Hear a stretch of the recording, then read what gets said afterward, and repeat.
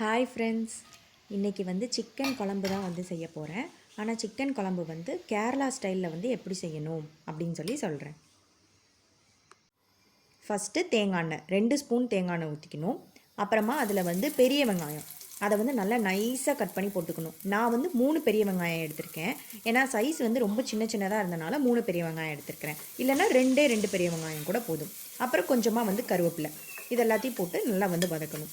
அப்புறமா பச்சை மிளகா வந்து 3 அப்படி இல்லைன்னா 4 பச்சை மிளகா போட்டு நல்லா வந்து வதக்கணும். இது எந்த அளவுக்கு வந்து நல்லா வதங்கி வரணும்னா, நம்ம 3 வெங்காயம் 4 வெங்காயம் போட்டாலும் லாஸ்ட்டாக வந்து நல்லா ஃப்ரை ஆகி வரும்போது ஒரு வெங்காயம் போட்ட அளவு தான் வந்து இருக்கணும். அந்தளவுக்கு நல்லா வதக்கணும்.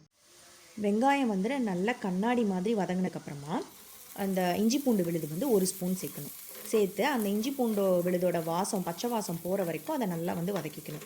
பச்சை வாசம் போனதுக்கப்புறமா மசாலா ஐட்டம்ஸ் எல்லாம் சேர்க்கணும்.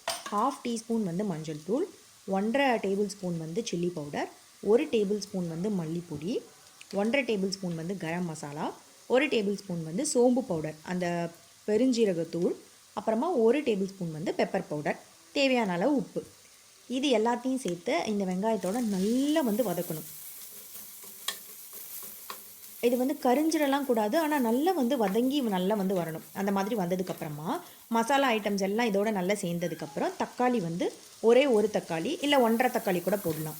போட்டு அதையும் இந்த வெங்காயத்தோடு சேர்த்து நல்லா வந்து ஒரு கிரேவி மாதிரி வந்து வரணும்.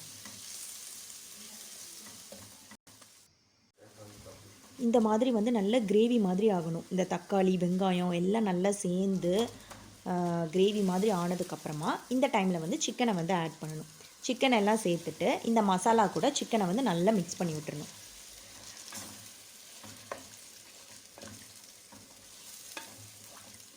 இதை நல்லா மிக்ஸ் பண்ணி விட்டுட்டு இதை வந்து மூடி போட்டு ஒரு 5 நிமிஷம் வந்து மூடி வச்சிடலாம். ஏன்னா சிக்கனே வந்து கொஞ்சம் தண்ணி விடும்ல. ஸோ ஒரு 5 நிமிஷம் மூடி வச்சுட்டு அதுக்கப்புறமா வந்து தண்ணி ஆட் பண்ணிக்கலாம்.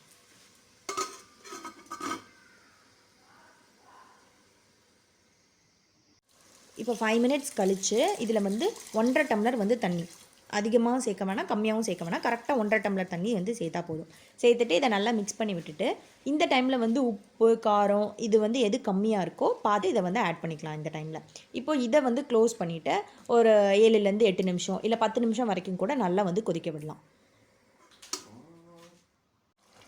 அவ்வளோதான், குழம்பு வந்து ரெடி ஆயிடுச்சு.